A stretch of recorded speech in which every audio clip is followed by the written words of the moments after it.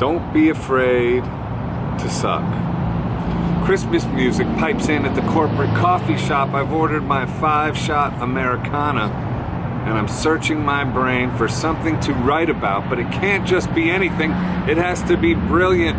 It has to change lives. It has to be the greatest thing I've done, or at least in the top 10. This train wreck in my mind doesn't match the cheerful Christmas music singing at me from the stereo.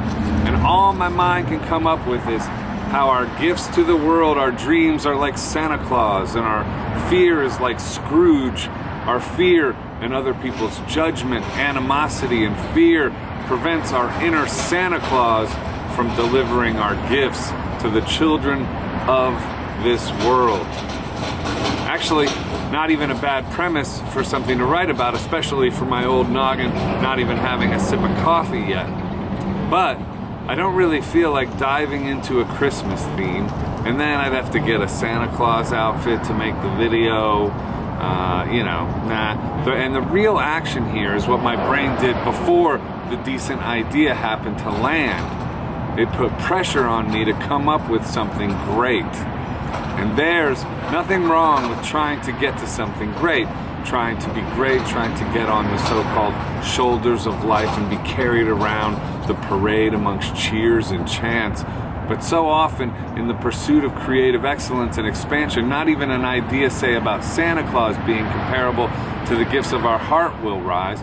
In other words, if we want to create a life of daily creative action, we can't bank on ideas over action. We have to give ourselves permission to suck, permission to seek, permission to play far outside of the confines of brilliance in order to accidentally arrive there from time to time.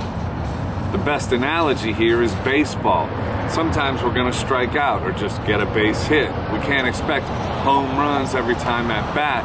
And in the realm of baseball, even if you get 3 hits for every 10 at bats, you're considered quite good, maybe even Hall of Fame level.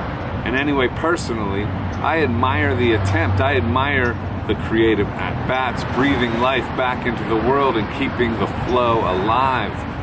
Charles Bukowski started writing seriously in life in his 50s after years of brutal jobs and alcoholism.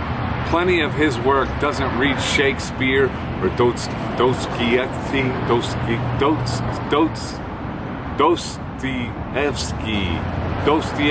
levels, who said, incidentally, to go wrong in one's own way is better than to go right in someone else's. That relates to what I'm talking about here.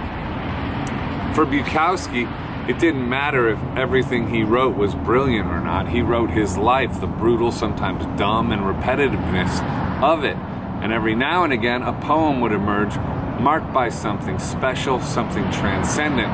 But those poems were there for us to discover amongst more mediocre offerings, which for his fans are entertaining to read anyway. It didn't matter that each one wasn't mind-blowing. Allen Ginsberg comes to mind as another example. His poem Howl was one for the ages. It defined the beat movement in the realm of poetry and was a report from the edge of madness and brilliance that was or is charged with divine light. But read his collected works, and not every poem is howl or caddish.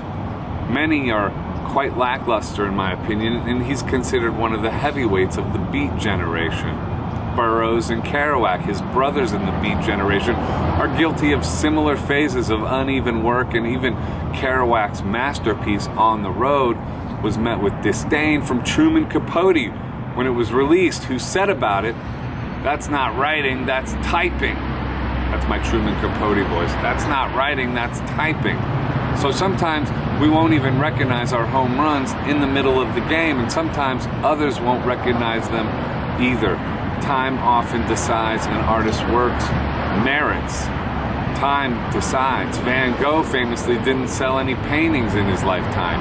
Duchamp had to teach English or something to get by in his life. So the bottom line is, giving yourself permission to suck, or at least be mediocre, means you get up and get after it without the head trip of expecting brilliant ideas every time you move into work. Just work, and the brilliance will come. hopefully 3 times for every 10 attempts at bat, if you're lucky. And let time and other people decide what the home runs are while you keep swinging. Capote was trying to level Kerouac with his quip about his writing, reducing it to typing. But in that takedown, there's some strange wisdom about the creative pursuit. It really is about the activity of doing it. Perhaps it was even a backwards compliment. Maybe we should all type more and write less. Just maybe.